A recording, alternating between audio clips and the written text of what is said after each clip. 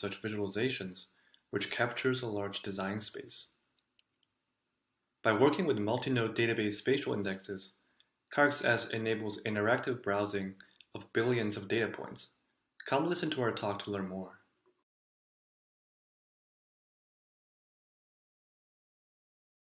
We present an algorithm for raycasting Hermite spline tubes, which result from letting a sphere trace Hermite splines that define its visual attributes.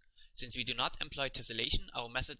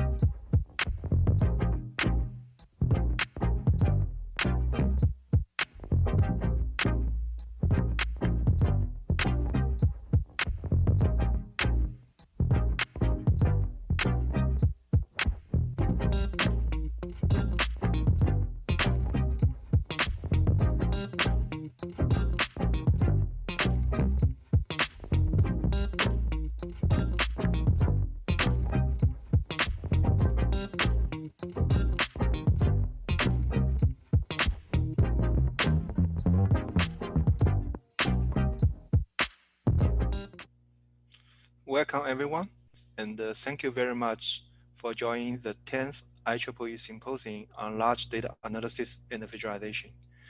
My name is Hongfeng Qu from the University of Nebraska-Lincoln.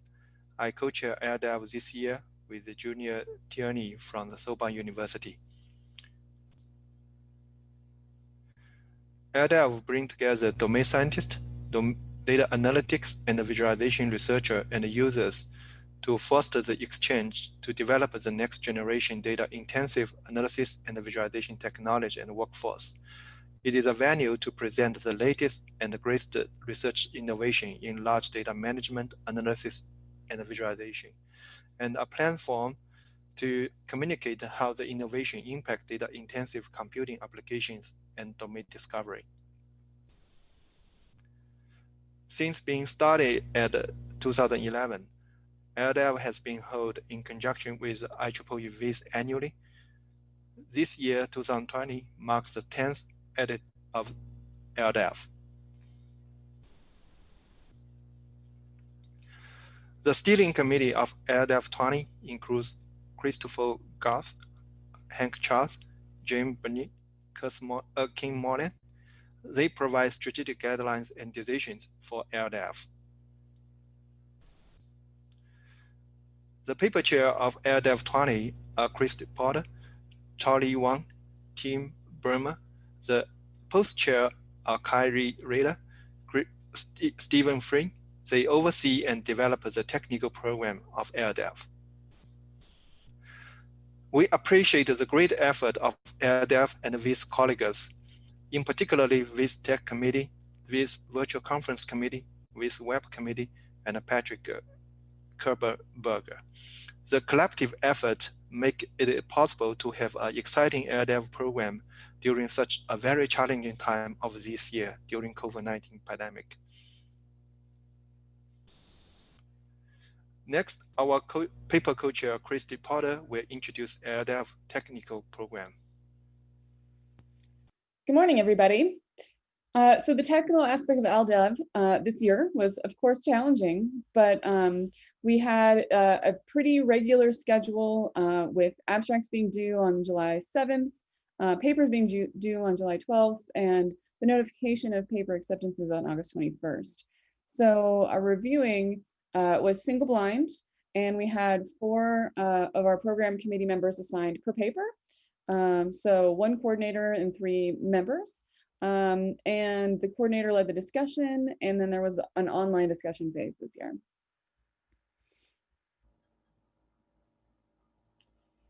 So our technical program committee consisted of 35 international committee members from across the globe, spanning both industry, academia, and the national labs. We'd like to thank all of our committee members very much for the work that they have done. And so this year we had 16 papers that were submitted, 14 full and 2 shorts, 7 that were accepted. So we have a 43% acceptance rate. So we have 5 full papers and 2 short papers. And so all of our papers are now published as a part of the IEEE Explore proceedings. And now this year, for the first time ever, our best paper is automatically published to IEEE TVCG.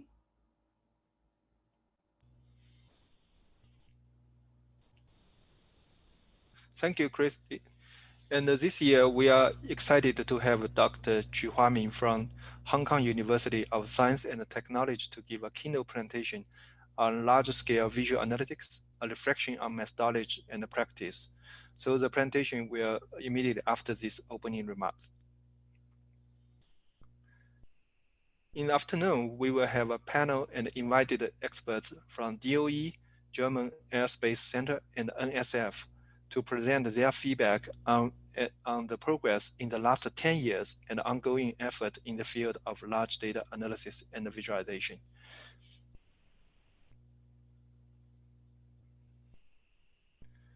Here is an overview of our technical program of LDAV 20.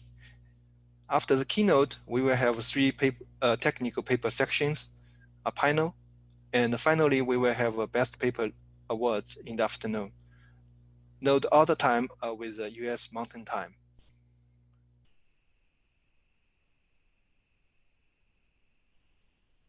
This year, we sadly lost Dr. Lucy Noel. She was instrumental in forming LDAV. During several years of serving as a DOE program manager of advanced scientific computing research, Lucy made possible much of the research planned at LDAV. A memorial section will be held on Tuesday, October 20, 2 p.m. Mountain Time, chaired by Dr. Chris Johnson. You are encouraged to attend this section.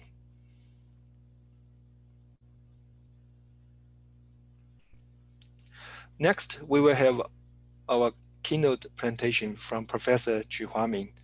Professor Qu is a director of Interdisciplinary Program Office and a professor in the Department of Computer Science and Engineering at the Hong Kong University of Science and Technology.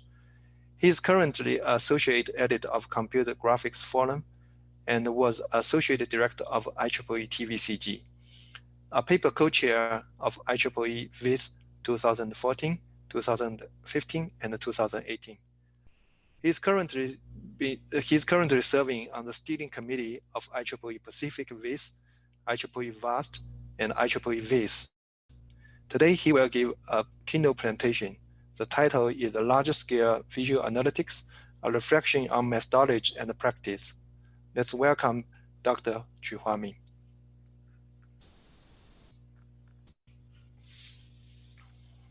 Qu.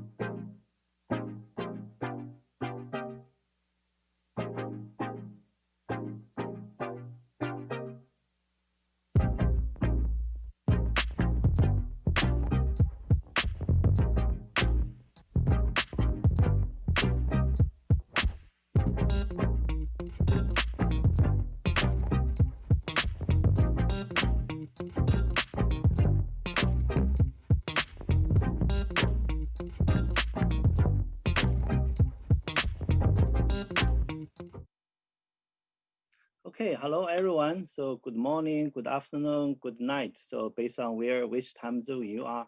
So thanks for the introduction. So I think my talk is large-scale visual analytics, a reflection on methodology and practice. So I'm from Hong Kong University of Science and Technology, and this is our beautiful campus. So I think if you have time, you have chance, I hope you can visit us. And also we host, various VIS conference. For example, we host a Pacific VIS 1 year, and also hopefully you can host more VIS conference. So you guys have a chance to visit us. Okay, so this is my lab. So HQST VIS lab, this is 2 years ago. So our congregation, so some students graduate and we have a lab photo. So this year, because COVID-19, so all this, the congregation will become virtual. So the current lab have 30 members, about 20 ongoing PhD. So you can see it's a very large lab. So this is a brief, introduction about the lab achievements. So we already graduated 28 PhDs. So added together about 50 PhDs. So it's a very large, one of the largest visualization group in Asia. And also based on the research output, our lab is already published about 70 TVCG. So one of the most productive VIS lab in the world. So also get various awards. So I think my talk about large-scale visual analytics. So for large-scale visual analytics, the input is data. So sometimes the data is big data, and sometimes they come with a problem first. So sometimes they have a problem, and then we need to figure out what the data they have. Sometimes they have data, but they don't know what the data can be used for. So we sometimes have both, sometimes only have one of them. And this is usually the problem, and is raised by the company. Sometimes we approach them, sometimes they approach us. So the input is the data and all problem tasks. The output is this kind of visual analytics system. So this is the illustrate one system we developed. So this is visual analytics, and it's different from traditional visualization pipeline. So traditional visualization pipeline, you got the data, then you do the transformation, then you do interaction. So the visual analytics, and this is borrow the chart from Daniel Kim. So there is actually two branches. One branch from the data, you can go to the mapping to the visualization, do interaction, can generate knowledge. In the bottom branch have data, models, and knowledge. The key part is the interaction between visualization and the models. So this kind of large-scale visual analytics system can be very complicated. So this chart shows example of one of our ongoing projects called Price Hong Kong. So it's a visual analytics platform for air quality prediction. So we have all kind of data related to the air quality in Hong Kong. And this data may be heterogeneous. You have weather data, air quality data. You also can get other traffic data. And so this data need to do some kind of a data fusion, and then you need to build a model to do model prediction. And the visualization is not just show the results, also interact with the model. For example, do reasoning with the model, to refine the model, something like that. So this is a typical, the architecture for a large-scale visual analytics platform. So our group have done this large-scale visual analytics for many different applications. For example, for urban computing, and in our TVCG 2016 paper called the teleco VIS, we analyze how this is called co-occurrence pattern of humans. This is based on the teleco, just telephone big data. Then we analyze which kind of people and you contact. So basically this, you can think about this can really helpful for this COVID-19, right, analysis. So this is called the contact pattern. The right side, we basically is called smart ADP. We analyze large scale text trajectory for this called the business decision making, how you can select billboard locations.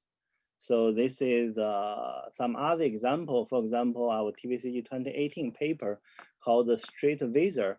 We analyze this human scale visual forms based on the street view. That means we got a lot of this kind of Google Street image data. Then we train a machine learning model to analyze, the human scale, urban form, like, how many in the view, right, from a street view, okay, what is the landscape? Is many tall buildings or many trees? How about the traffic and something like this?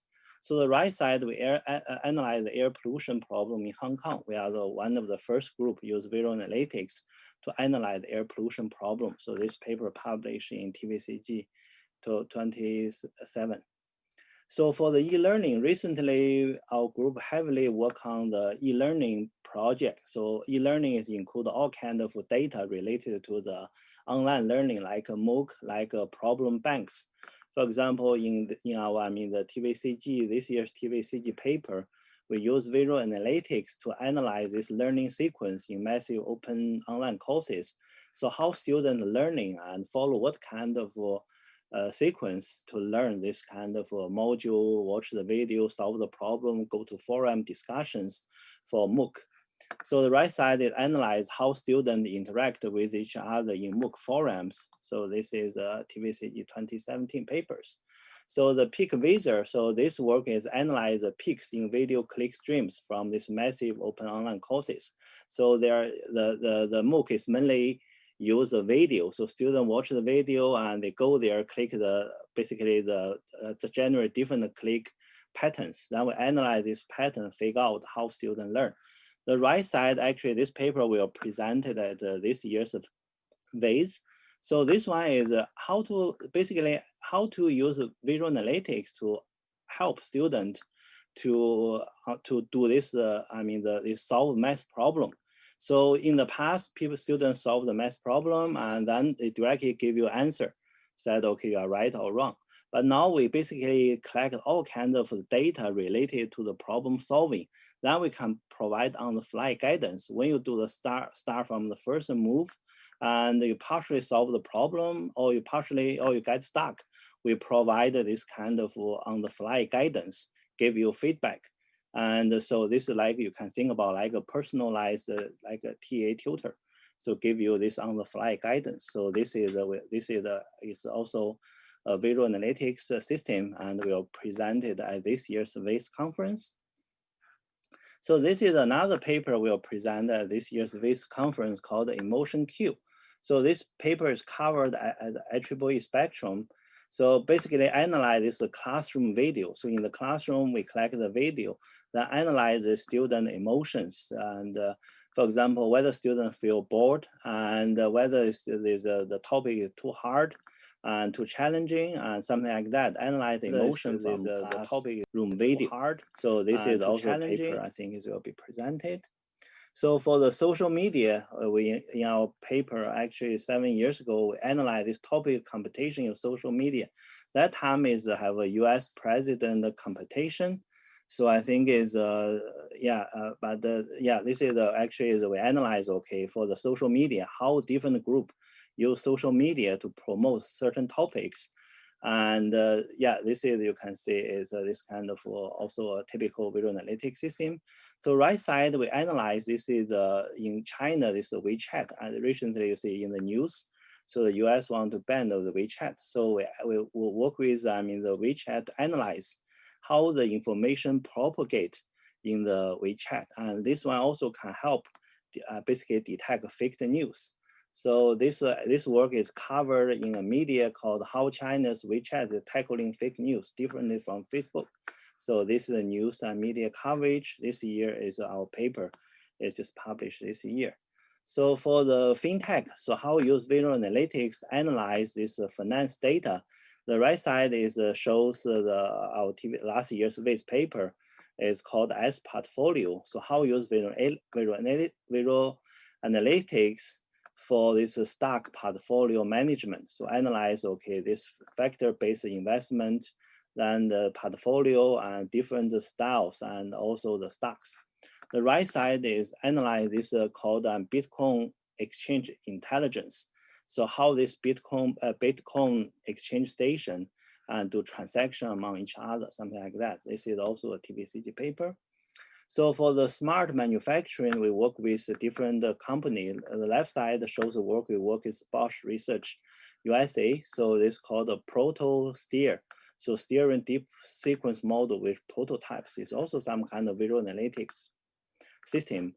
The right side is a system we work with Huawei, so it's called the planning VIS, the visual analytics approach to product planning in smart manufacturing, how to do supply chain management, how to basically do this production plan.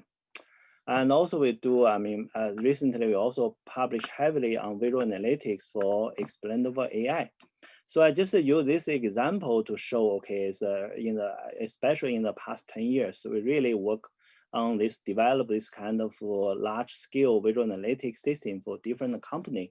And during this process, we collect and we accumulate experience and collect it, and I learn different lessons. So we want to share what we learned and also identify the problems with the current this visual analytics development process and also suggest some future directions.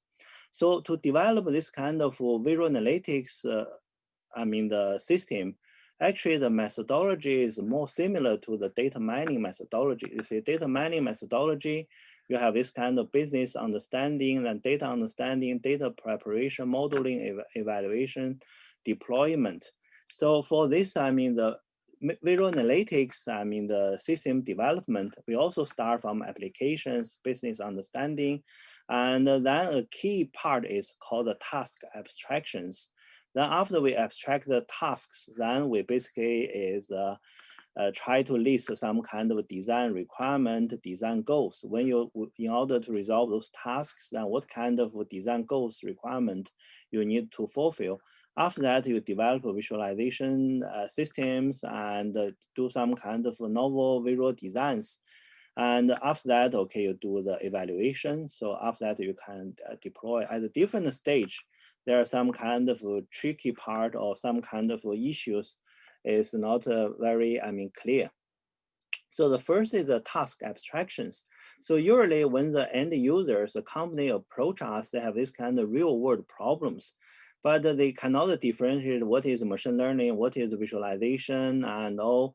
They just say, okay, we have some problem we want to solve. For example, we want to manage our supply chain. Or this is student, the learning data. Then we want to help students to better learn. So they just come out from the real world problems. So a lot of time, for develop a visual analytics system is try to figure out from this real world problem, try to figure out what is the visual analytics problems, because some problem is clearly is not a visual analytics problem. It's just a machine learning problem, data mining problem. And we need to figure out what kind of problems is, what kind of tasks and related to visualization. Visualization can play some role. And then how this kind of tasks can be, organized into some kind of a hierarchical way. So this one actually is a major, the efforts for this kind of visual analytics system. So in our, the works, we usually organize this kind of tasks based on the, the hierarchy. For example, in this kind of a Bitcoin extraction system, so how to analyze this Bitcoin exchange intelligence. So this is how we organize the tasks, okay? This is from overall market level, it means high level. What is the overall patterns? And then you all the way go to the inter-exchange level, go to this kind of middle level. This middle level, what kind of task for this kind of middle level? And then you go to the individual level. So how does the, for example, this is the, you can clearly say, okay, these tasks are organized into this kind of hierarchy. So in another work, we analyze this called egocentric network evolution. So for this work, we got this kind of like a scholar collaboration network, and then how we formulate the task. So this is you can usually the tasks can be from the application domain. That means use their language, okay? Basically the domain expert can understand. But when you develop this kind of visual analytics system, we need to turn into some kind of a system, and actually our visualization practitioner, visualization researcher can understand. For example, for this ego slider, analyze this egocentric network, like, okay, what is your professor's collaboration network, your, personal friend network, something like this. So when we formulate these analytic questions, we also go to this 3 level. this macroscopic levels and what is the overall patterns of a large group people's network. And then, okay, mesoscopic level, middle level. So what is the general similarities, something like that. Also macroscopic level.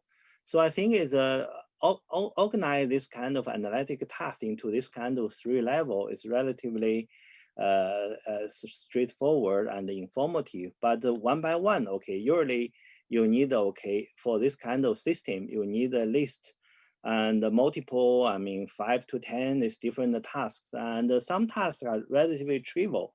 That means this kind of task you don't need to do research. Actually, it's just directly mapping, like you want to show the overall statistics, right? This kind of things, and the tasks are trivial.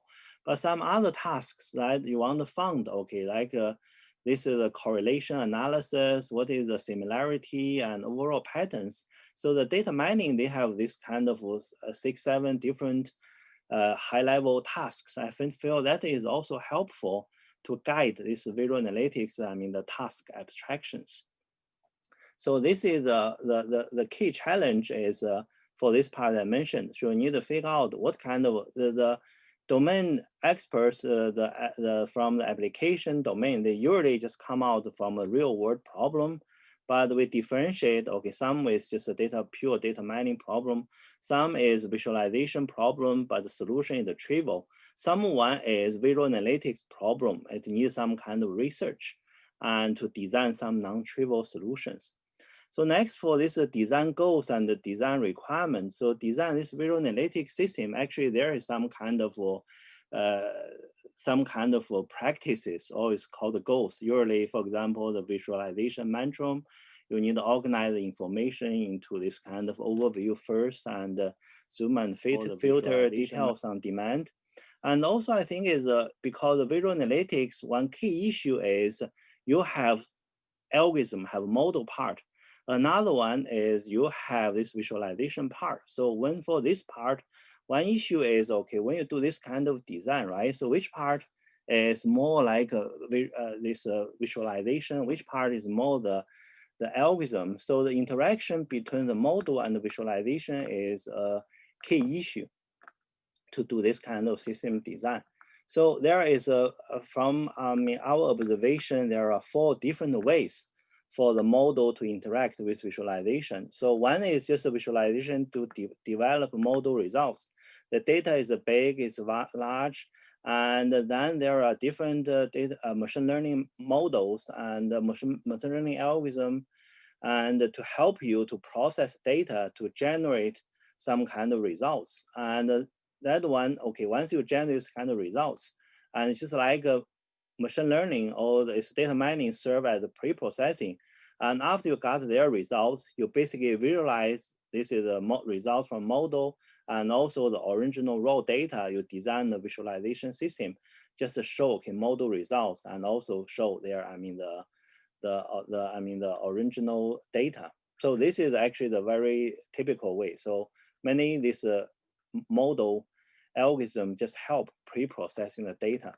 The second part is use visualization to show the model results and also the model weakness. That the model is not perfect, and we need to alert, okay, this is the visual analytics system users. That is model results maybe have some problem, some weakness, so you need to use your own judgment. So this is, I will give you an example later. And third one, use visualization to help refine models. So this one is also become more and more common. So you model generate something, you see the results, you go back and refine the models. So the last one, use a visualization to help reason the results of models.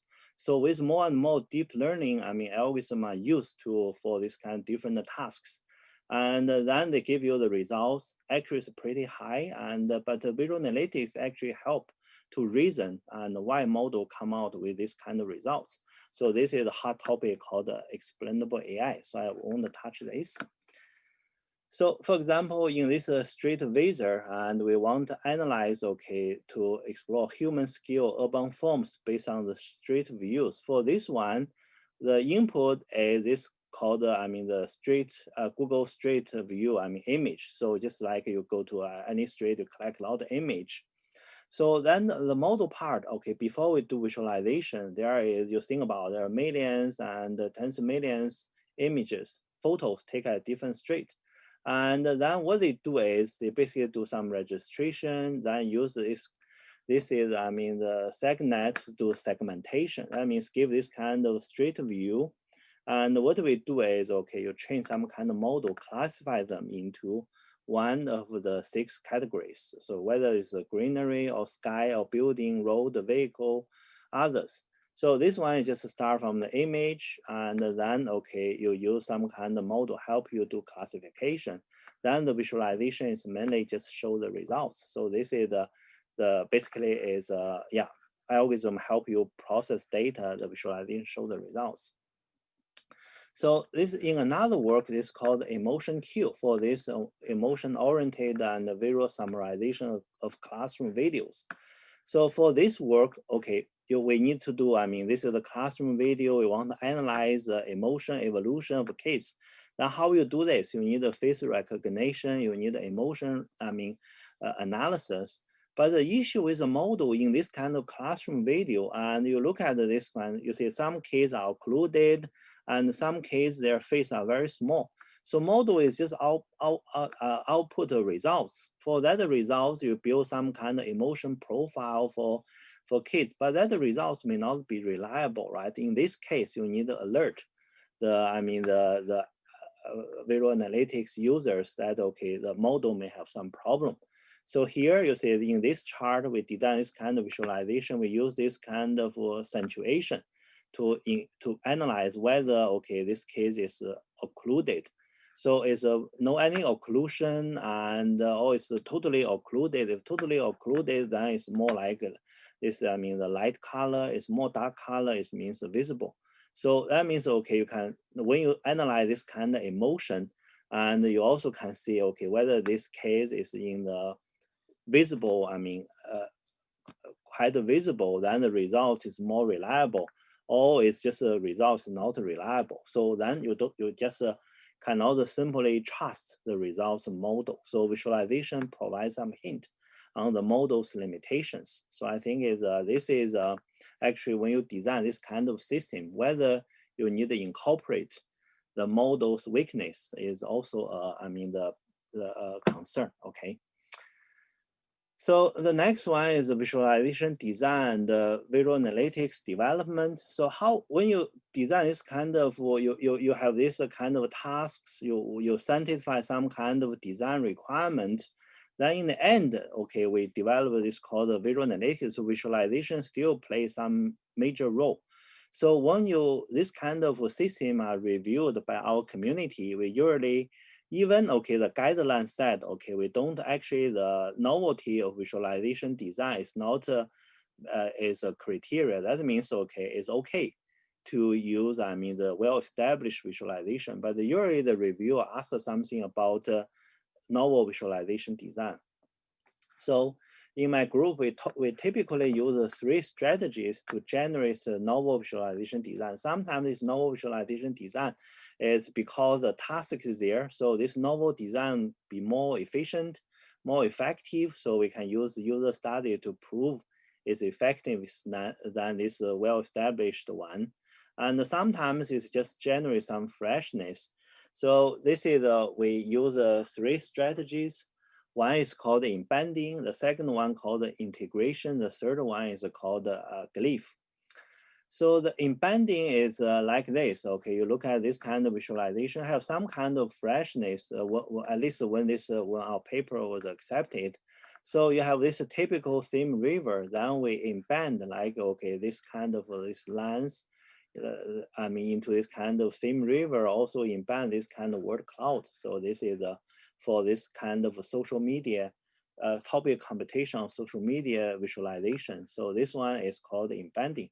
You start from a well-established visualization, and then you try to embed some other visualization, other visual forms into this kind of basic form. So the right side, okay, this is actually a start from a map, or it's just like, then what we do is we use the theme river to open the street. then embed the time series curve to here. Then you want to analyze the traffic and traffic situations and also the spatial temporal patterns. You can see the map, you can see the neighbor, you can see the temporal informations. So this one on the right side, this one is start from a simple map, and then okay, you embed like a time series curve or something else into the map, but you need to do special treatment to open the road. Otherwise, it's maybe have this occlusion problem and the space is not enough. So in the top, I mean the left side, so we also start from Sim River. This analyze the ranking changes. Then because the ranking change sometimes is the ranking the same, but the volume have I mean this is the change, and something like that. You need to have some additional information to show. And in that case, we start from Sim River, embedded this kind of bar chart and into it. Then this one have a special meaning. So this is called, I mean, the embedding. So the second strategy called integration. So the idea of integration is just like you have this kind of visualization. Instead of put them into different window and do the linked view, what we do is we integrate into one view. So this is more smooth interaction. It's more smooth, and also do this kind of for this. I mean, the visual analytics can be more efficient, and the visualization is also have a looks more, I mean, the fresh. So the left side is peak visor system. So we have a map, and the bottom we have a, this is, I mean, the time series curve. And then, okay, we link them together, use lines, you can easily brush, you can see how is the flow, it's linking them together. The right side is also the similar style of design. So I have a 3 column, the bar chart view and the pixel, I mean the chart view, and the right side is word cloud. Then all linked together. So you can click one, you see how is the connect to others. So this called, I mean, integration. So we have different visual component, and then you integrate them together.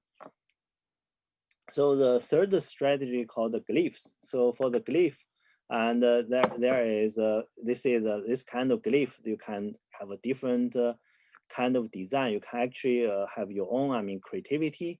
And for example, left side we show, okay, this is called, I mean, a skyline point glyph.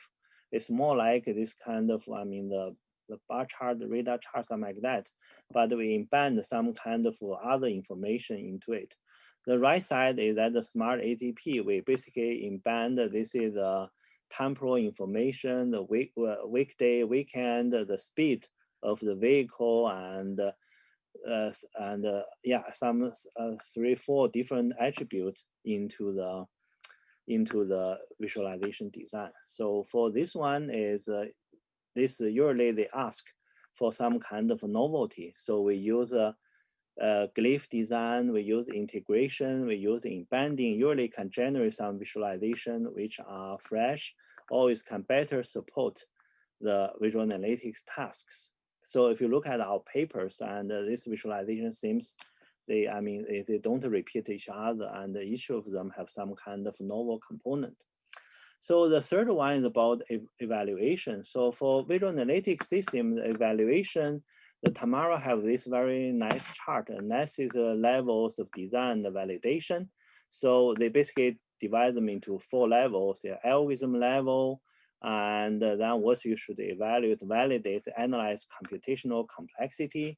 In the visual level, you need to justify your visual encoding and consider other alternatives. And for the data task abstraction level, you basically say observe how target users and to use your system, and after deployment, that you really address their needs. So there are different issues in this kind of the validations. So I won't go to the details. So usually the validation, the evaluation have 3 forms. One is a case study. That means do this kind of design, using real world, plugging real world data and show evidence that this system can really solve the real world problem. And the next one is called the user studies. So the idea is just to analyze, okay, some kind of different design alternatives. That means you want to make sure, okay, this is your design is better compare their alternative designs. And the third one is expert interviews. So from this visualization, the design part, usually the tricky issue, the challenge is, so the first they may ask, okay, some designs, okay, seems you just have the data, have the task, and directly come out with solution. You don't discuss what is alternative designs. That means you don't discuss the design space, alternative design, why you come out with this design, why this design is better than others. The second one, okay, for this kind of paper, they usually challenge that, okay, for your design, right? How you deal with scalability, whether this design can be generalized to solve, other problems. Oh, this one just specific for this application cannot be generalized. How this, the design and the lesson you learned can benefit other applications. And the third one is the expert interview. So usually when this visual analytics system present to people from other field, they just feel, okay, you only have a few experts to review a system, even they do the interview, but there is still feel, okay, this is the number of experts may not adequate. But for this large scale visual analytics system, usually it's quite hard to find, many experts. And also usually the expert also busy, and even you deploy the system, but it takes much longer, time to collect their feedback. So this is for the expert interview part is also cannot be done, very thoroughly. So this is actually, I give a high level overview about this kind of pipeline and each stage and what is, the key, the challenge. So we develop this kind of many systems, and we also have some kind of observation. First is now this kind of system is still quite ad hoc and error prone. So the idea is, for example, you found these task abstractions. Actually, if the applications and they start from the data for different kind of data, then this data can do what kind of tasks. That part actually somehow can have some kind of guideline database, but so far we don't have that as comprehensive this kind of system to help people to do this kind of task abstractions. So usually the task abstractions, as I mentioned, so we formulate into different groups, and then we talk to domain expert, try to map into some kind of language, like, okay, the visual analytics community can generally understand. But whether we miss something, whether from this kind of data there is some kind of tasks can be done, and that part actually is still quite ad hoc. There is no, supporting system or recommendation system. Once from this kind of data, you can automatically recommend some kind of tasks for this kind of system. So this is for the task abstraction actually have some kind of challenge. And for the design is also, it's quite ad hoc. I said, okay, you got this kind of data, and then from this kind of data, each data have different visualization, and how you narrow down to a specific visualization. And also for the visual analytics system, usually the data are quite complex. That means you have different kind of data. This kind of data, you have this joint table, have different data, they can be support different, the tasks, and different tasks have different visualization. So for that kind of visualization, and we usually use this called the linked view. We have 4 windows, 5 windows. So currently the general guideline is just, okay, you should have some kind of overview, and then, okay, the overview window. The other window, you just analyze the data, visualize the data from a different angle, to show different faceted information. But okay, this is okay, from this one to this visualization, what kind of visualization are needed, and which 2 visualizations, 3 visualizations should be used together to solve problem. And they also have this kind of is quite ad hoc, is error prone. In the evaluation part is we have this case study, user study, interview. But this is especially for this real world problem, the domain expert is the evaluation period quite short, and domain expert hard to get. So for this long-term evaluation, and whether it effective or not is also quite, yeah, it's ad hoc.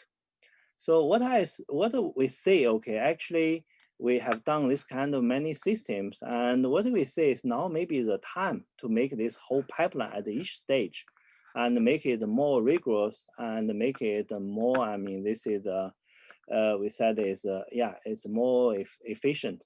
And from this, once you got the application, the data, then some tasks can be automatically generated, recommended. And once you got this kind of data, the visualization can be some kind of potential visualization can be recommended. And also even for this novel visualization design, like I mentioned, okay, even that kind of 3 strategy and integration, embedding, and glyph, and also can have some AI system to help you do this kind of explore this kind of different visualization design. So for the evaluation is also the same. So you see our field is already collect many this kind of data. So before that, do the visual analytics, there are no much system and available. So you just do from scratch and you just use your own experience, and the samples not that big. But now more and more data are collected and samples are available. For example, for this is, I mean, Pacific VIS short paper, they just build this kind of browser. And this browser, they collect 440, I mean, techniques. So they basically say what kind of analytic task, what the visualization task, what the data. Then you can filter, give you this different this text visualization. And this is another browser based on the time VIS. So this one is just based on for the time-oriented data. Then you actually based on the data type, the time, and the visualization. Then you can basically is sort and organize this different data visualization available. So gradually we build this kind of database. And this is last year's Kai paper. So they already have this VisNet. So they have this is a very large scale visualization learning and benchmarking repository. So the idea is, okay, they collect more than 10 million such this kind of pairs. Okay, you have some kind of data set. Then this data set, you have some visualization. And this visualization can help you solve some kind of tasks. So with this kind of data started collect and also the mapping to this kind of analytics pipeline, and then different parts. So we have a data, we have model, then there is a possible to build some kind of recommendation system, make this more, I mean, this evidence-based data-driven approach instead of ad hoc and error-prone. For example, this year and a paper I think is very interesting. So they just analyze this called multi-view visualization. So for visual analytics, a key part of visual analytics system for this large-scale visual analytics system use multiple views. Then they link it together. Then you think about this problem, right? By our field, we have built, we have started, actually have already built many such systems. Just my group self build, I mean, 20, 30 such systems. And then, okay, you can start from this kind of data and how people build this kind of system, what kind of data they analyze, and what kind of visualization they put in linked view. So you can analyze for this kind of multiple visualization, and then you can basically say which visualization and which visualization usually come together and for analytics. So I think this paper actually showcase, okay, how this is for you develop this kind of visualization design. If you have linked multiple view, and then, okay, they have this kind of evidence-based, based on the real, I mean, the visual analysis developed to make some recommendation. So this is also the InfoVis paper, so I will present it this year. So I think this pointed to a very promising directions. Another one is actually I teach the software engineering course in our university 2 times. So I feel actually for this visual analytics system, a lot of things can be done, can be improved by borrow the techniques from this software engineering field. And the software engineering field have this different methodology to develop software. And more importantly, they have a different tool like UML and use case diagram, and also they basically they pack some kind of commonly things into this called design patterns. And for Agile development, they have Scrum, test-driven development. Then how we do this kind of different tests, unit test, integration test, and something like this. All these kind of things is just very general, but you can tailor it for visual analytics system. And I just give you an example. For example, in my group, so when students do this kind of visualization, visual analytics system, I use this called, the connection graph for quality control. For example, when you illustrate your system, you have different case 1, case 2, case 3. Then each case you want to use this case to demonstrate which tasks can be done using your system, right? Then for each task, then you need to say for this task, which view is used to solve these tasks. And this view satisfies which design goal or which design, the principles. So then you connect all them together. It's just like a software engineering. You do this called the branch testing, right? You make sure each branch is really demonstrating your system. And when I review these papers on visual analytics, I often feel, often see some papers actually quite fragment. They design some visualization, but never use it to solve real problem or not used in the right way. And you have some complicated visualization, but they just use it in a very trivial features. So this is another example. So this is your design requirement. This is your view of cases. You have this kind of connection graph. So this is in my group, we use this kind of tools to help students to really do this kind of, have these big pictures and to do this kind of coverage testing and branch testing and something like that. But I feel for the whole pipeline of visual analytics system development, more such tools actually can be built and borrow ideas from the software engineering to make this the whole process is more rigorous, less error prone, and also more effective. The second reflection is this kind of system is heavily rely on very complicated visualization designs. So I design some kind of, actually we can design some kind of called visual complexity, testing, and basically test the ordinary people, our domain expert, and the visualization, the student at different levels. So how they grasp this different visualization. For example, at the low level, so this is something generated by the Tableau, Power BI, or is used in the media like New York Times, something like that. So this kind of chart, usually the complexity is low, is just like self-explained, people get used to it, they can understand. Yet in the middle level, the chart become more complicated. For some people, it's not actually the right brainer. They feel this kind of chart may be overwhelmed, but it's still, it's you can explain in 3 minutes. Then they got, what is chart about and what is visualization about? This is in the medium level. In the high level is something, we design like this. This kind of visualization is quite new. And for this kind of new things, we don't even know, right? Giving this kind of visualization, how people usually they what kind of order they scan this kind of visualization, how they use it during this kind of a process, and then how they basically is follow what kind of order sequence is they miss anything and something like that. And you want to make it more, this kind of things, this kind of visualization is overly, complicated.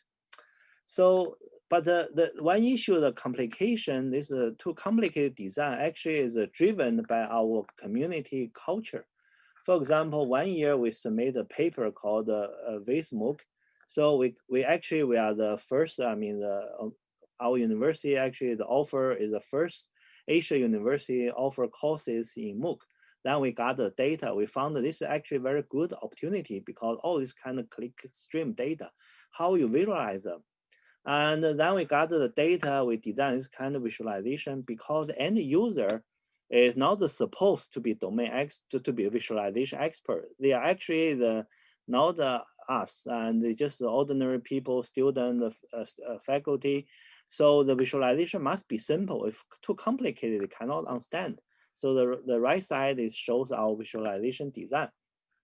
but we submit the paper to the VIS conference and reject 2 times. And the reason is just, okay, this is nothing new. This is the data mapped to the visualization, quite trivial. But this kind of system actually is because this application domain is so big, right?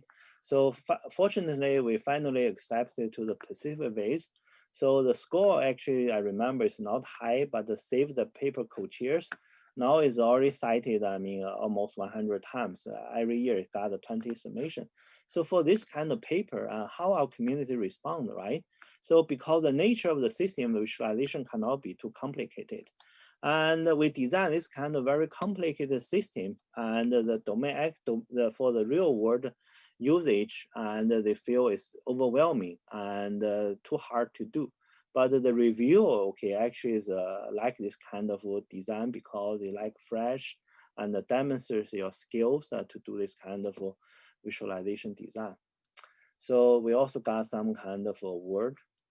So then, okay, this is go to the last slides about what is the value of this kind of visual analytic system. So when we present this kind of system, and sometimes they said, oh, this one, for example, this kind of system, you generate some kind of chart, generate this one, it seems some kind of trivial. And then what I often use this kind of metaphor or use this kind of story. For example, this is a famous painting, it's Anna's Light. It's just 1 line and 2 lines is it's worth 105 million. And also it's a famous story. So then someone just okay, there is a generator have some kind of fault, and then this engineer draw 1 line, and then okay, the problem solved. So they ask for the bill about 10,000.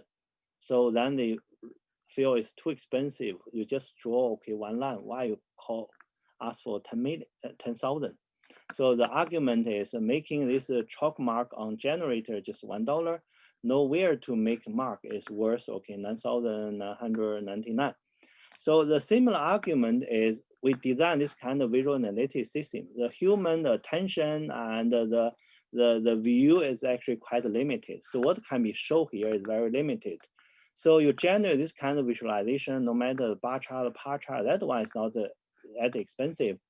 But the most tricky part is what to show here and what to present here, how you basically integrate the machine learning algorithm and the visualization to really make a computer do what computer good at, human do what human good at. And that is actually the most challenging part.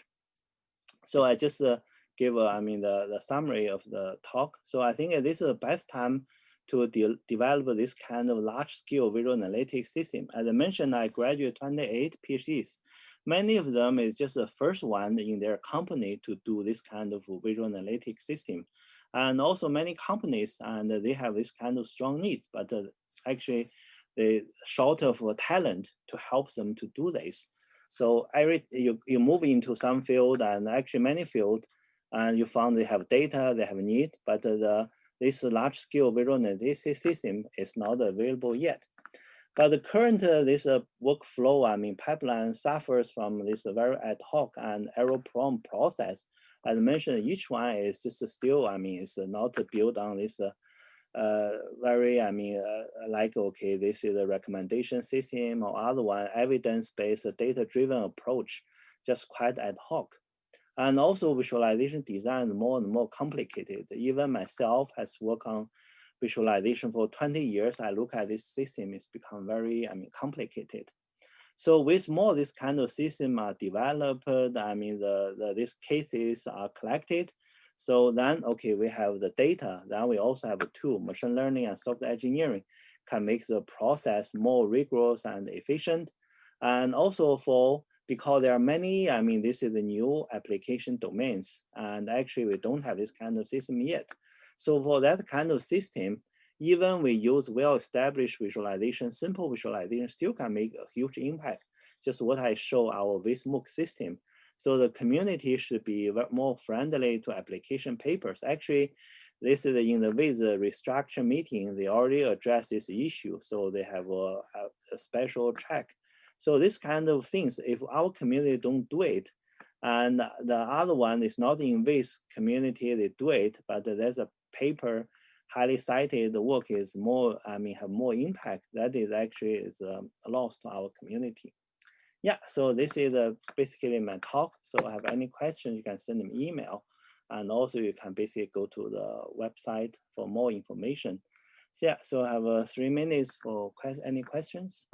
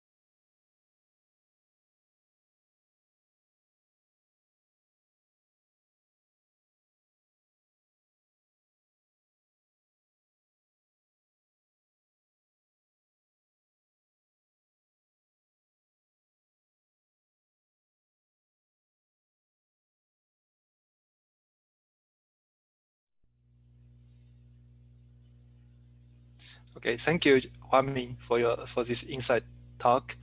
And now we are in the Q&A section. And if you have any questions, please post in the YouTube chat window, as well as the Discord the chat window. So before we're waiting for the questions, I have a question. So given these new coming data sets, as well as many real problems, how would you make this development effort sustainable and scalable within your group, as well as what's your vision to make the effort sustainable and scalable across the community? Yeah, I think it's as I mentioned. So actually, we should better, train our students. So that means not everyone they start to reinvent the wheel, right? And then okay, so we already collect this kind of cases. Okay, we have our field develop 30, 50, 100 these visual analytic systems. And then okay, the next one we call this like okay, is go to this is like a visual analytics square. Okay, then you from this visual analytics system, you do another level of visual analytics, another level for visual analytics. And then, okay, from that one, you build some kind of literature. Okay, this one is actually can better train the student. Okay, for example, for each pipeline, from this application to the task abstractions. Okay, then what kind of typical tasks? What for each kind of data type, you basically organize them. Then, okay, also have a application data type. Then this is a task. So that every student and when they build this kind of system, you don't from scratch. Then it's just like a database. You already have a polling list. They show you, okay, for this kind of like a spatial temporal data, what is the other tasks has already been done before by this visual analytics system. For the visualization design, for this kind of data, what kind of visualization has been used in this kind of visualization, just like what we show in this this is okay multi-view analytics. So I think is with more this kind of things collected, then we summarize and we analyze, then we can build a later some kind of system and give students more guidance and more support. That can dramatically reduce this is the errors and improve the effectiveness and efficiency. Yeah, thanks a lot. Kind of trend. Yeah. Yeah, so like the training the next generation workforce and the incrementally build the education and training material would be the key. Yeah. Yeah. All right. Is there any questions from the chat window?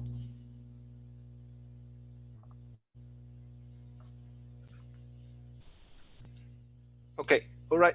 So we're already running behind the time. Okay. So Yeah. thanks a lot.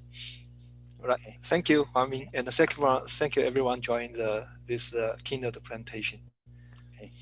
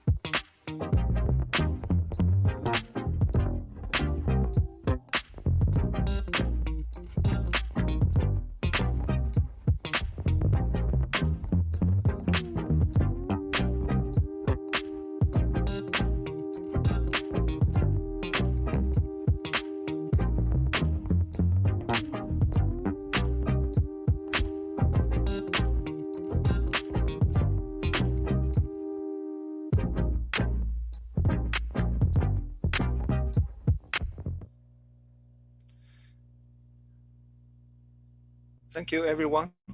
Next, we will have our best paper section. The paper title is Foveated Encoding for Large High-Resolution Displays. Florian will present the paper. Welcome to my talk about foveated encoding for large high-resolution displays.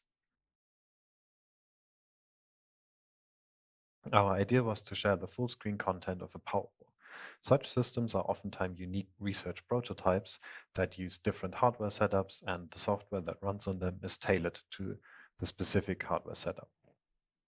They share one property though, which is a large frame buffer which might be distributed across multiple display nodes. Therefore, it can be used for remote visualization. So sharing the frame buffer, which can be rendered on a different power wall again. For this, we need to reduce the amount of data, for instance, with video compression, because otherwise the required bandwidth would just be too high to make this feasible. We have to be aware of a trade-off between quality and the required bandwidth. If we increase the quality to very high or lossless quality, the required bandwidth increases as well. If we reduce the image quality to get within our bandwidth limitation, we can introduce artifacts, we can lose specific parts like small lines of the image that are then not rendered on the client side. We use foveated encoding. With this, we keep the perceived quality high based on the observer's gaze, so where people are looking. The humans perceive sharp, colorful details only inside the very small fovea region, which can be seen on the top right, called fovea, and is about 5 degrees in diameter. Following the visual acuity fall-off, we reduce the quality until we reach a point at about 50 degrees, where we set it to 0, meaning the remaining part of the image uses the worst possible quality. With this, we can reduce the required bandwidth to transmit the frame buffer. We combine this with the aforementioned hardware encoders to create a system that can run on different power walls and transfer the content between them. The method we're using is we capture the last rendered frame and then convert it, optionally rotate, downscale, or tile the frame, depending on what the encoder needs. So if it requires a different color format, we convert it. If it needs to be rotated, we rotate the image, and if the resolution of the encoder is too small, we can downscale or tile the frame to meet this requirement. Once the frame is ready for encoding, we use the foveated regions to guide the quality of the quality settings and then transmit the encoded frames to the client. A short overview of our system. On the left side, we see the server side with multiple display nodes, and on the right we see the client side, again with multiple display nodes. While the server side performs the screen capturing and encoding, the client side decodes and displays the frame. Additionally, the client side provides tracking data, so foveated regions that tell the server side how to adapt the encoding. I'm going to go into details on the screen capturing, the encoding, decoding, and how to acquire the tracking data. So we start with the tracking data. For this, we use a tracking system based on natural point OptiTrack. So we have 24 cameras in total, which track the position and orientation of rigid bodies. And we also use the software Motive to capture and stream these position and orientations to a computer on site. This computer acquires these regions with 120 Hertz. We also offer an alternative. We can also track a mouse cursor, and there are also other ways to get the tracking data if such a tracking system is not available. For example, the HoloLens or HoloLens 2, which uses eye tracking, also works in order to get the tracking data that we need. For tracking data, we compute the intersection between the view direction and the display, as can be seen in the sketch below. And then we compute the bounding rectangle of a 50-degree field of view, which is very conservative as the human macula, as you have seen earlier, is only 20 degrees on average. So we could reduce the quality even faster than we're actually doing. The screen capturing acquires the last rendered frame using the desktop duplication API. And then we have to use a compute shader to perform a color conversion, since the color format the desktop duplication API gives us is different to what the encoder expects. At the same compute shader, we can also perform rotation, since the desktop duplication handles rotations differently, as can be seen on the right, than what we'd normally expect. And we can also perform the downscaling. For this, we use bilinear interpolation or tiling into smaller parts if requested in order to meet the resolution requirements. And we can also optionally draw foveated regions into the frame, so the users can see where they're actually looking at currently or in the last frame. Encoding and decoding is done via NVIDIA's hardware-based decoder and encoder chip, which is separated from other workloads like compute and graphics. And they also offer two APIs, NVEnc, which allows to communicate with the encoder, and NVDEC, which allows to communicate with the decoder. Both are able to use direct 3D textures as input and output directly, so we save as additional copies. We don't have to copy into CUDA memory. They're also both asynchronous, so we just queue a frame for encoding or decoding and then can continue capturing the next one, which is very good for high frame rates. And they signal us when the frame is encoded or decoded, and the separate thread can then deal with the encoded or decoded frame. There's a one-to-one relationship between NVEnc and NVDEC, so we need one decoder for every encoder on the server side. Foveated encoding is a bit more complicated. For this, we use the macro blocks that are used by the encoder to encode the image. Macro blocks are 16 by 16 pixel parts of the image. And at first, we compute the intersection between the foveated region and those macro blocks to know which macro blocks are inside or partially inside the foveated region. For all of these macro blocks, we then compute the distance between the center of the macro block and the center of the foveated region, and we plug it into our approximation of the visual acuity falloff to get the value Q, which is used on the x-axis in the image above. The quality parameter that we want to set the macro block to is then acquired by plugging this value Q into a function that interpolates between the interval that is set for the foveated region. In this case, we use an interval between 11 and 51. The quality parameter basically determines the quality of the macro block. A quality parameter of 1 uses a lossless encoding, and a quality parameter of 51 uses the worst possible encoding by computing the average color and then applying it to all pixels inside the macro block. So NVENC uses a offset map in order to set the quality parameter values for each macro block. So we compute the offset value and then use this in combination with the last acquired frame to perform the encoding. And now on to the results. Our evaluation focus was on four major points. First, we wanted to know, does the foveated encoding our evaluation focus compared to four non-foveated encoding? So does it affect it negatively or positively? We also wanted to have a look at different quality parameter intervals used for foveated encoding. Again, does that have an impact on latency? And also, does that have an impact on the required bandwidth?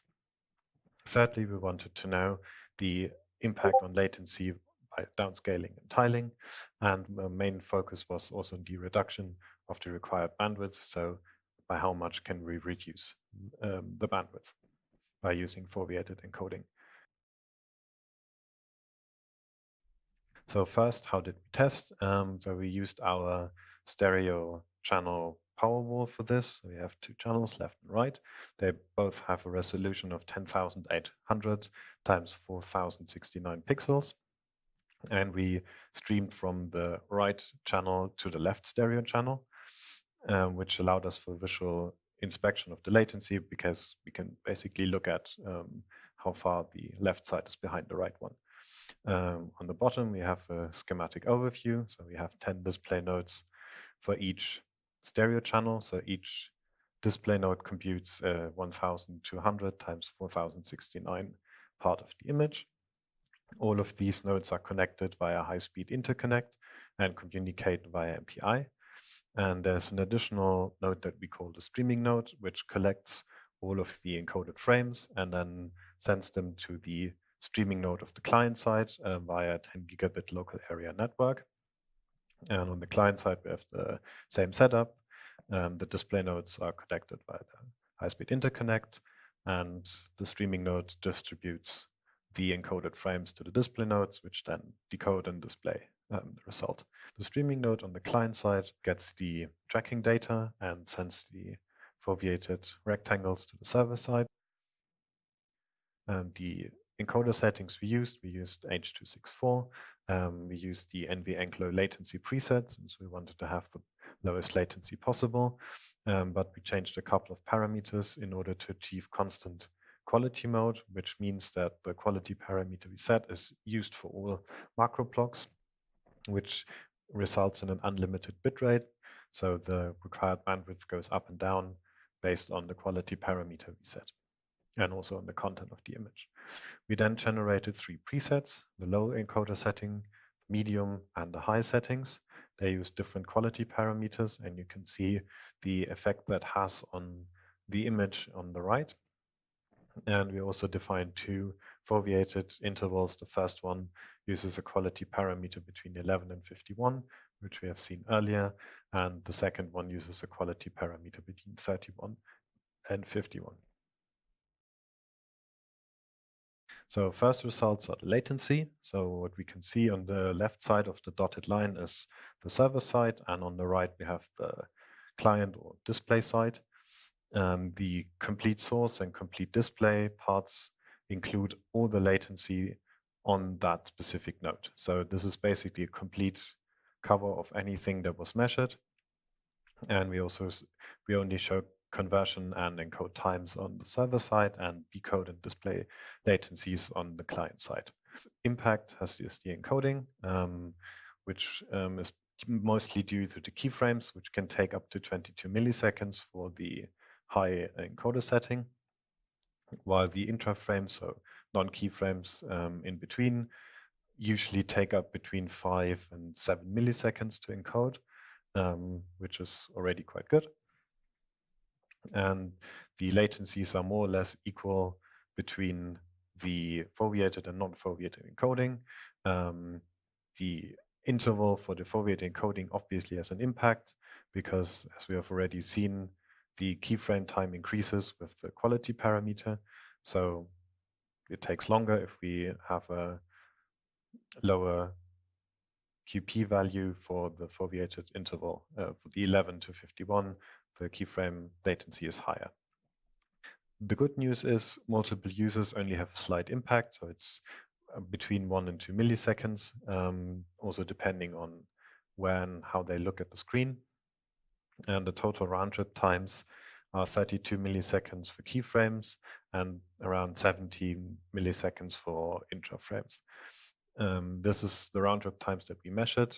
In theory, if we have really bad luck, as you can see, if you add complete source and complete display and take the worst latencies there together, then you can end up at a higher round trip. But even then, it's around 40 milliseconds, and this is nothing that we measured. So it can happen, but so far it didn't. We also had a look at downscaling and tiling and the impact on latency. Downscaling expectedly increases the latency since we use bilinear interpolation and therefore have more memory accesses. Tiling, on the other hand, reduces latency, which was a bit surprising. As you can see, the keyframe latency goes down from 13 to 8 milliseconds if we, instead of encoding the full frame, we only encode 2 tiles. We explained this, that the tiles are smaller, so the encoding is faster, especially keyframes. But this only is true as long as the GPU can handle the number of parallel sessions. So with each tile that is added concurrently to the encoder, it basically gets slower after a certain point because it's unable to handle that many concurrent encode calls. And then also the transfer over PCIe has a higher impact at some point, because then the GPU is basically busy with transferring the encoded frames over PCIe and not with encoding anymore.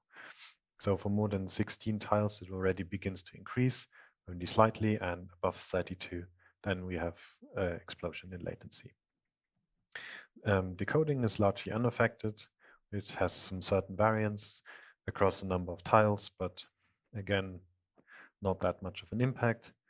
As long as we stay below 32 tiles above, then we can also see the same explosion as we can see for encoding. Then we also measured the throughput. For this, we first tested the non-foveated encoding with the 3 predefined presets, low, medium, and high, and we can see the results at the top.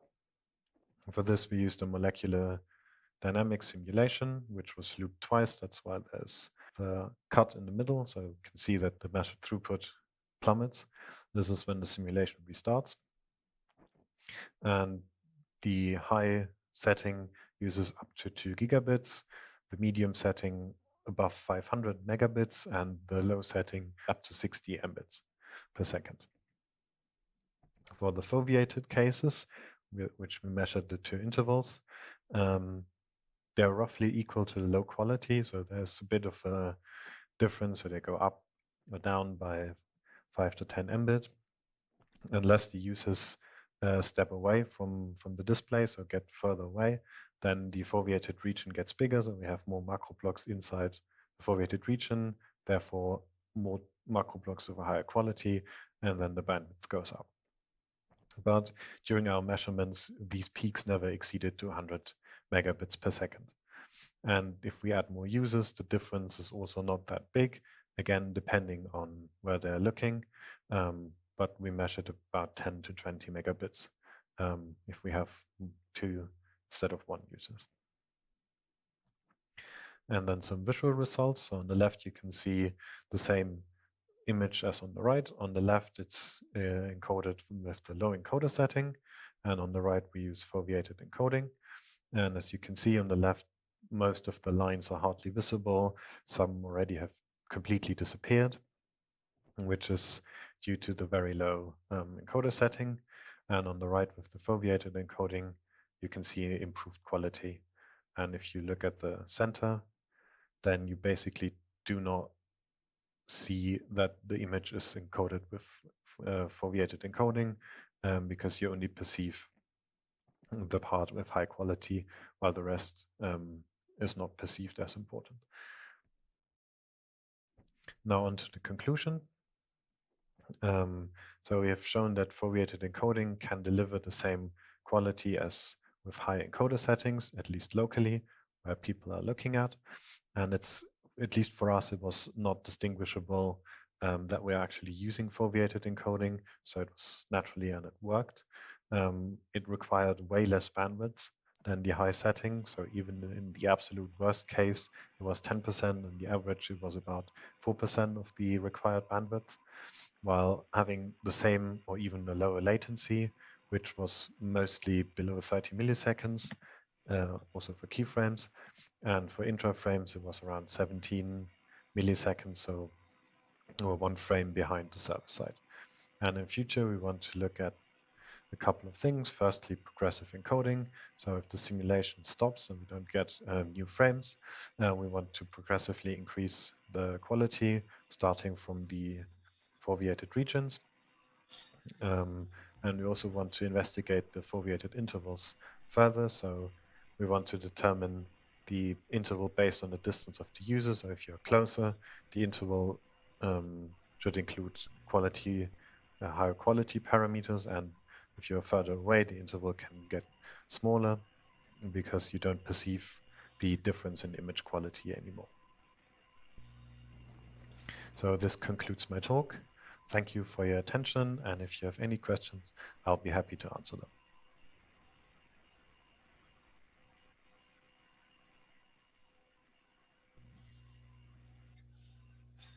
Okay, thank you for the talk. Okay. So next we have a few minutes for the questions, and you can either post your question in the YouTube channel or in the Discord chat window. Either way is fine. And our technician support will post the questions and send it to Florian. So before we are waiting for the question for the audience, I have one question. So certainly you, the paper talking about the resolution and also the height and size of the displays. So do you have any estimation about the physical range of the displays would be suitable for this algorithm? So you mean resolution or actual physical? Yeah, physical size, physical height and width. Because this, because in the future work you also mentioned the distance, right, from the user to the displays. So yeah, ours is about 6 meters wide and 2 meters high. So the regions, I wouldn't think that physical diameters play an impact on this because you only need to know where the people are looking at. Currently, we kind of have the problem that if you step further away, then bandwidth, the required bandwidth goes up, so the throughput. The thing is, if we can fix this, then the distance or diameter doesn't have that much of an impact. If we don't, then of course it has an impact. If you go further back, then the region obviously gets bigger. But for this, we already have an idea on how to solve this. So I don't think that physical diameter has much of an impact. Good. Any questions from audience? You can post the questions in either YouTube or Discord chat window. Should I read the questions if there are one? There's one, because there's one in the sim chat. Oh, yes. So there's one question. Any ideas why is the increase in the encoding time when going above 16 stream was non-linear? So we didn't really look into this very much because it came up towards the end of the time we were working on this before we wrote the paper. So as I already mentioned in the talk, the problem is that while the GPU can handle up to a certain number of streams concurrently, at some point it kind of is mostly busy with downloading the encoded frames via PCIe, and as far as I have found out, there's no method to basically coalesce all the encoded frames and download them at once. So you basically do this on a per frame basis. Which then obviously increases for each frame you add. So the GPU is basically waiting for the frames to be downloaded instead of actually doing encoding. Why it is non-linear, I have no idea. But we could investigate this further in the future. But so far, I've not really an idea why it's non-linear. So our next question is, what about the multiple simultaneous users?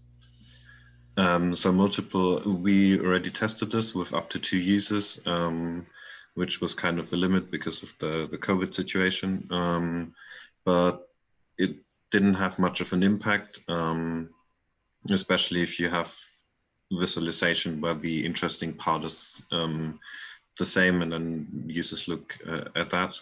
You obviously get an increase in latency and bandwidth if you add more users, because at some point you cover more or less all of your screen. So you would end up with roughly the same results as with the non-foveated encoding. But for that to happen, you need very many users to get that much coverage of the whole screen. But it's doable with the system we have right now.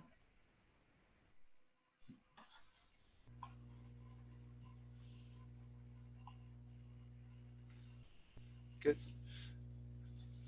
Any other questions?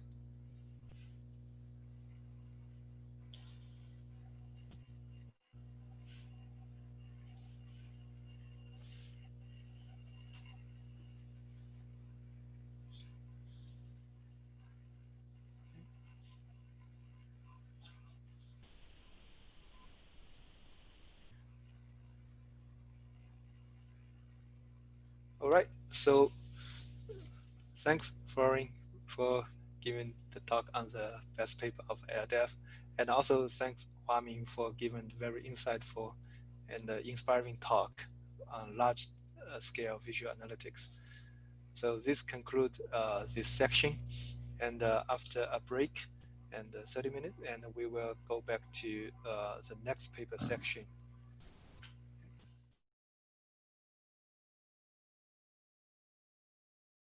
We present NL4DV, a toolkit that helps prototype natural language interfaces for data visualizations. NL4DV provides a high-level Python API for interpreting natural language queries. The API automates the core tasks of processing natural language queries to infer relevant information and determine appropriate visualizations, allowing visualization developers to focus more on designing and implementing the user interface.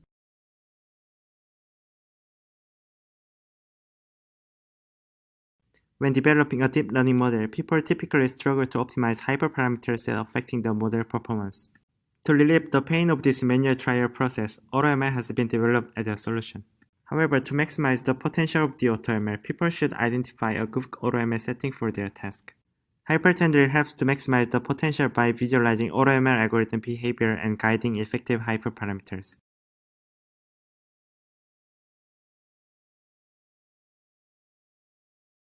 Do these 3 essays construct their argumentation similarly? Where in this table of argumentation data from the previously seen texts can I find certain argumentation patterns? Do these 3 argument maps depict the same argument? We have developed a visual analysis system for argumentation in essays that can answer these questions at a glance. You want to know how it works? Come to my talk.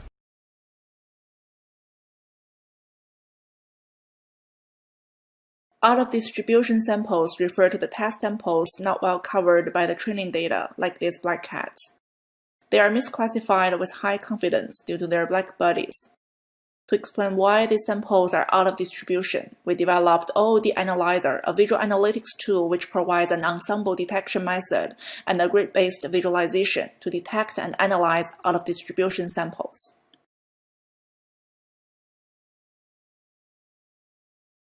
Text alignment is a fundamental technique in many text-related domains. In this survey, we cover 3 text alignment scenarios: collation task, text reuse detection, and translation alignment.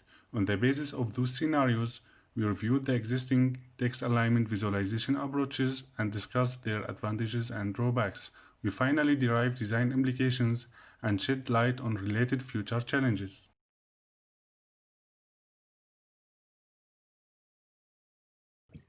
A Morse-mean complex is a topological descriptor that captures the gradient flow of a scalar function. The best-known approaches for its computation incur large runtimes for bigger datasets. We address this gap by introducing the first completely GPU parallel pipeline, which achieves speedups of up to 7x, with our individual algorithms attaining speedups of up to 129x and 4.5x.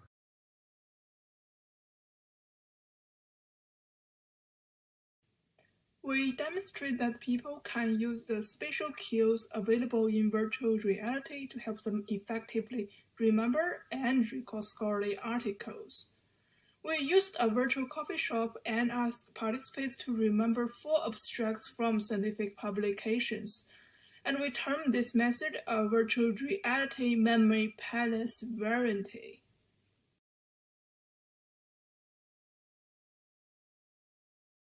We have seen many visualizations for tree data structures, but when showing changes in trees over time, some focus on displaying hierarchy, while others highlight their changes.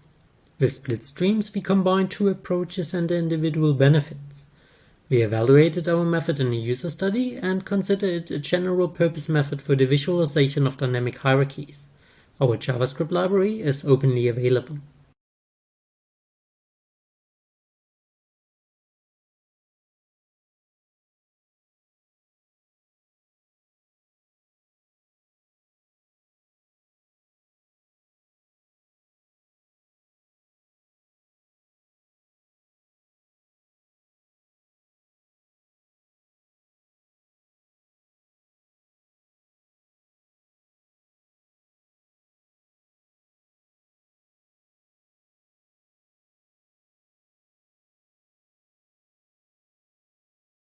In our paper, we address the problem of navigating complex multiscale and dense environments, such as these molecular models. We present a technique for browsing a model by clicking on textual labels, which we call hyperlabels.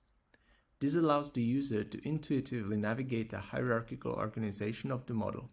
For more details, read our paper or watch the talk.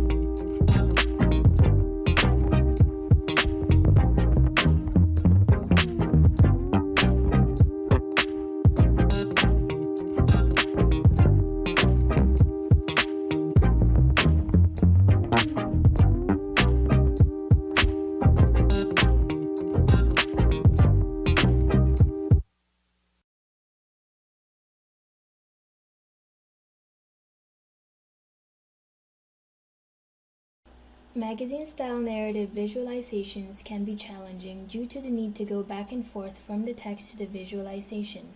We use eye tracking to monitor which sentence is currently being read and trigger visual links between that sentence and the corresponding data points in the visualization. Results show that the gaze-driven links increase comprehension of the documents without hindering reading time.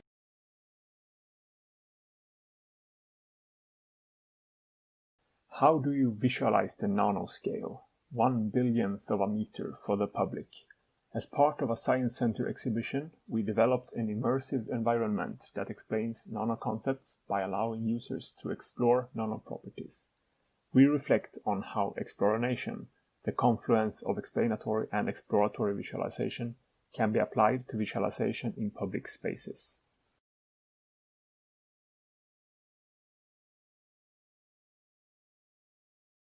Spot SDC is a visualization system that helps researchers understand the resiliency of HPC computation kernels to silent error corruptions. It gives users multiple perspectives of details with different granularity about the impact of SDC on an application's output. It also provides novel insight into how silent error propagates through a program's execution.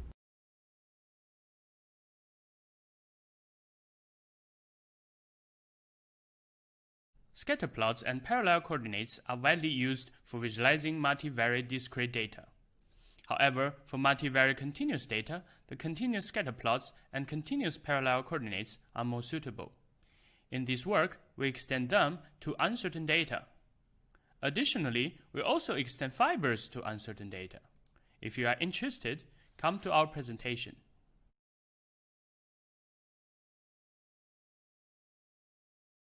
Ecosystems are complex and dynamic.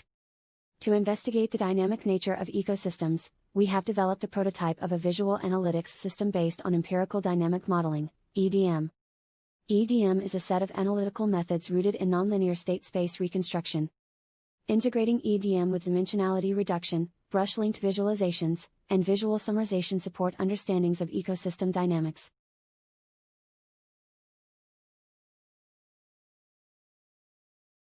Deep learning models have become ubiquitous, but we often lack interpretations for their decisions. We developed a visual analytics system to interpret models that perform multi-class DGA classification. For each layer of the model, we visualize clusters inside its activation data, showing how classes and clusters relate to each other. In addition, we provide a decision tree to explain how these clusters are constructed.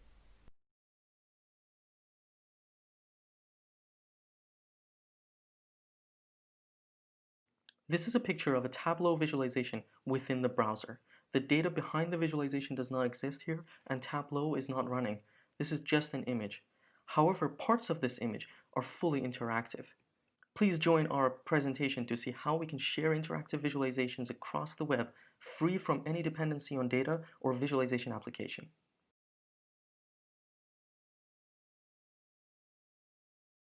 Predictions made by machine learning models can be hard to understand.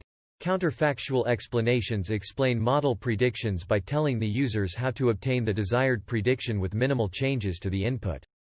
We introduced DIS, an interactive visualization system that supports counterfactual-based explorations on individual instances and data subgroups. Please check our paper for more details.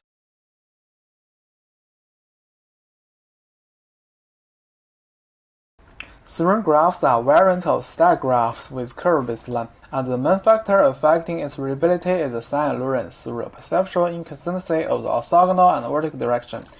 Aiming at reducing its impacts, we revisited the baseline formulation and proposed the concept of composition to help the serine graph layout optimization.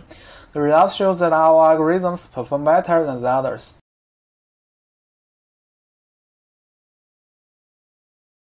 The classifier trained on the historical data may fail to classify the incoming data when the data distribution is changing. This phenomenon is called concept drift. To handle the concept drift, we developed the Drift VIS, a visual analytics system to help the expert understand when, where, and why the drift happens, and update the model to improve performance.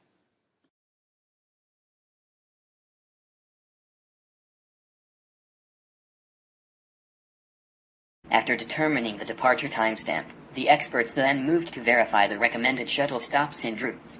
Note that ShuttleVis recommends the default shuttle stops and routes based on the metric of average distance. Then they observed that in our cluster 4, the system recommends Hejian-Jianyuan as the shuttle bus stop, but the experts identified that another drop-off spot Panshan-Huayuan is located in the middle part in this regional cluster.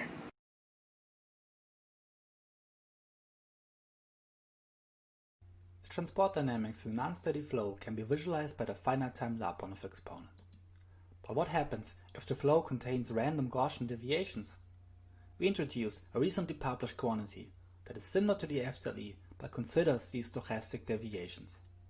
We discuss the application to real-world data, compare it to prior methods, and present a complementary visualization.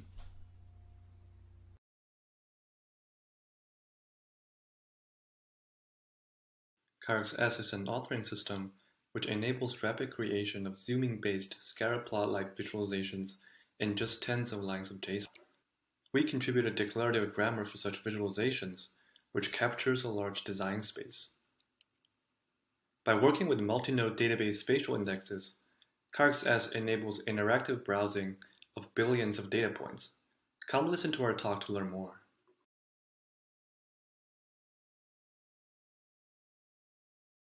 We present an algorithm for raycasting Hermite-spline tubes, which result from letting a sphere trace Hermite splines that define its visual attributes.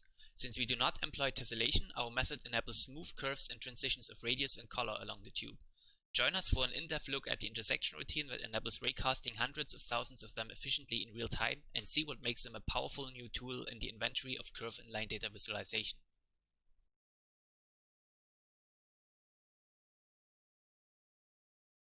How many times have you asked yourself, why should I stay in academia? Junior researchers might ask this more often, but it's a popular topic among all levels of academic seniority. Our 6 panelists will discuss with you the controversial topic of pursuing an academic path in visualization, targeting an open discussion on the choice of staying or leaving, and keeping the specifics of our community in mind.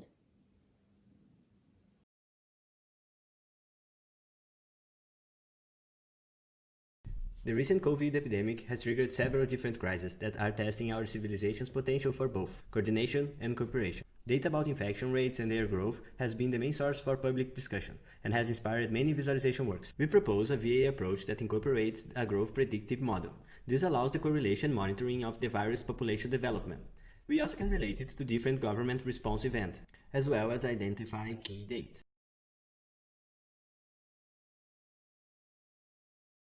Attention mechanisms have greatly improved the performance of many language models, yet with great power comes increased complexity. In this work, we present attention flows, a visualization that lets users interpret the language model's decisions and gain insights into the underlying self-attention mechanism. We also support model comparison that helps to fill the gaps between models in different training stages.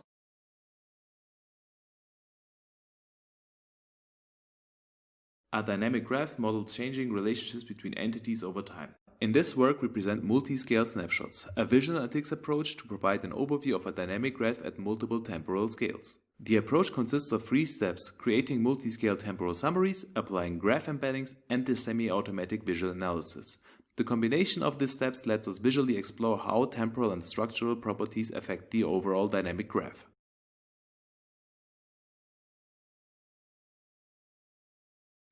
Imagine you have tons of text data to analyze. And you want to get an overview of your data, but traditional topping modeling techniques such as LDA are not working for you. Then, why don't you try Architext? We introduce a scalable and flexible way to interactively build hierarchical topics.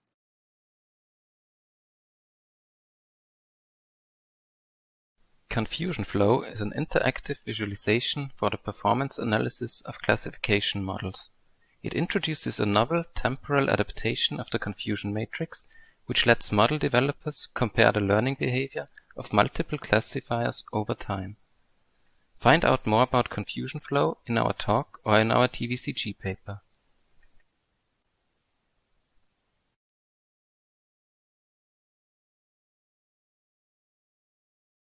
In human brain mapping, atlases are indispensable tools to neuroimaging experts. While many of these atlases capture general trends over large populations, they fail to capture subject-specific complexity of brain organization. We propose Pragma, a tool for interactive